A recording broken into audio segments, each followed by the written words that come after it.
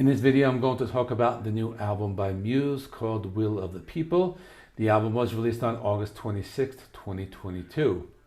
The first time I heard this band was on a podcast by Kevin Trudeau.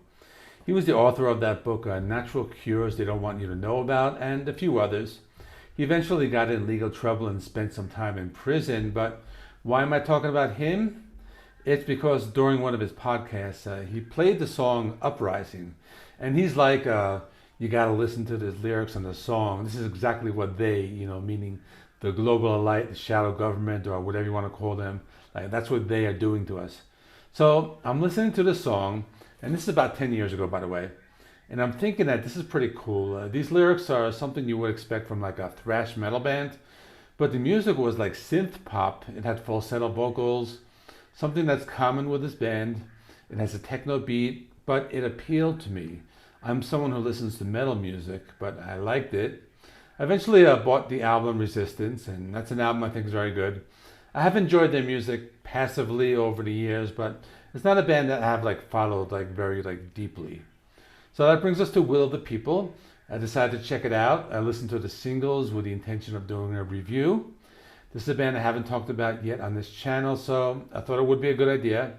I checked out some of the other reviews, and it is getting a lot of negative reviews, but I myself thought it wasn't that bad. But I'm not really familiar with their entire discography, so that may be a factor since I don't have much to compare it to. I think they were trying to experiment a little more with their sound on this one. They mix in some thrash metal sounding riffs on one song, and I'll talk about that in a minute. The album is fairly short, about 39 minutes. They did a music video for each song, kind of like the same way Metallica did for Hardwired to Self-Destruct. So let's talk about the songs. The first song, Will of the People, it was okay. It reminded me of that song by Gary Glitter, Rock and Roll Part 2. The drum beat and the song structure had a very similar feel to that Gary Glitter song. It's a catchy song, but not very original. Then there's Compliance. I have mixed feelings about this song. Out of all the songs, this is the one that has been stuck in my head, but at the same time, the lyrics do not match the music that much, or at least for me they don't. The song's about resisting the shadow government, but the song's very bright and upbeat. It's like a disco song, but with lyrics that would fit like a heavier song by either a thrash metal band or maybe like a heavy industrial band like Ministry, for example. For some reason, they play the Knight Rider theme in the middle of the song. I don't know why, but it's just there. I don't know, maybe they thought their fans would be too young to notice. Then there's Liberation, and this is essentially a Queen song. It has those same types of harmonies, something you would find on a late 70s Queen album. The difference being is that they're singing about the same types of things they usually do, resisting oppression, things like that. But with this one was very unoriginal actually. For me, that's all I have to say about it. Won't Stand Down was one of the songs that I thought was good. This one had that thick, distorted bass sound that I look for in a Muse song.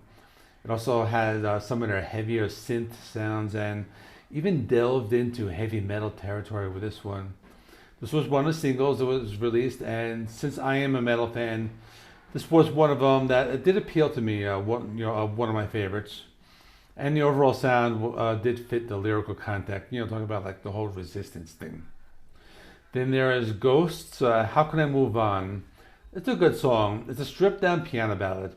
At first it reminded me a little of that song by Adele, Someone Like You. But I thought it was a heartfelt ballad about losing someone, or at least that's my interpretation of it.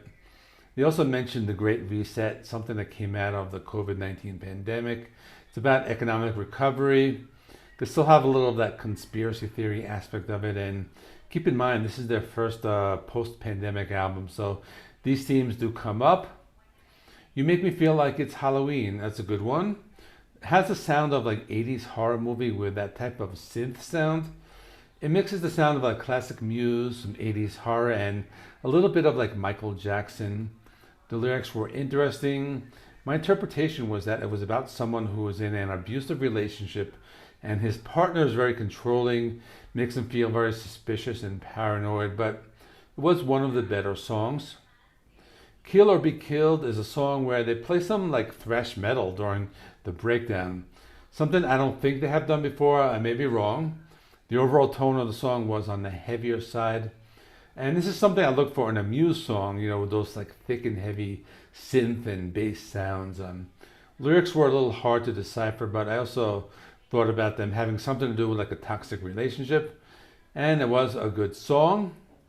Verona was not too bad, mostly a synth pop song. I thought it was like a sad, like a love song, made references to the pandemic and mentions of removing your mask and contagion. I think the main idea was like during the pandemic, people were afraid to be together, so they wrote lyrics in a way that, if we kiss, the poison or the virus, it will be on our lips and we will like die together. So this one was okay. Euphoria was pretty straightforward, a typical Muse song with some cool electronic beats, some synthwave sounds. I thought it was decent, nothing much more to say about it, but it was enjoyable. Last song, We Are Fucking Fucked. It's a typical Muse song, painting a very bleak picture of the fate of humanity. They mention wars and pandemics and the typical stuff you would hear in a Muse song. The music was pretty good. It had kind of like this 80s post-punk sound, some new wave and some of that like synthwave sound. I will say it's one of the catchier songs, but they do some like Queen harmonies towards the end, like they did in that Liberation song. But this one was okay. So in conclusion, the album is just okay. I think there were a few songs that stood out for me. Those being Won't Stand Down, Kill or Be Killed, and You Make Me Feel Like It's Halloween. Those are my favorites. But the ones I thought were like the cheesiest, Compliance and We Are Fucking Fucked, are the ones that kind of like stuck in my head the most. But for me, they're just okay. And the rest of the songs on the album, they were decent. I think if you're a longtime Muse fan and you haven't, I think if you're a longtime Muse fan and you have listened to the other albums, you may have something to compare them to. But for me, someone who's only listened to like one or two albums prior to this, it's just okay. My score is 7 out of 10. I know there are other channels who are probably going to be giving it like 3s and 5s, but for me, it's a 7. Let me know in the comments what you thought. Up next, I have another collaboration video with the Chill Dude on the Couch and the Green Man. We'll be talking about Alice in Chains, Black Gives Way to Blue, part of the Dark Horse album series that will be on the Green Man's channel. So that should be posting sometime tomorrow morning or afternoon, depending on where you live.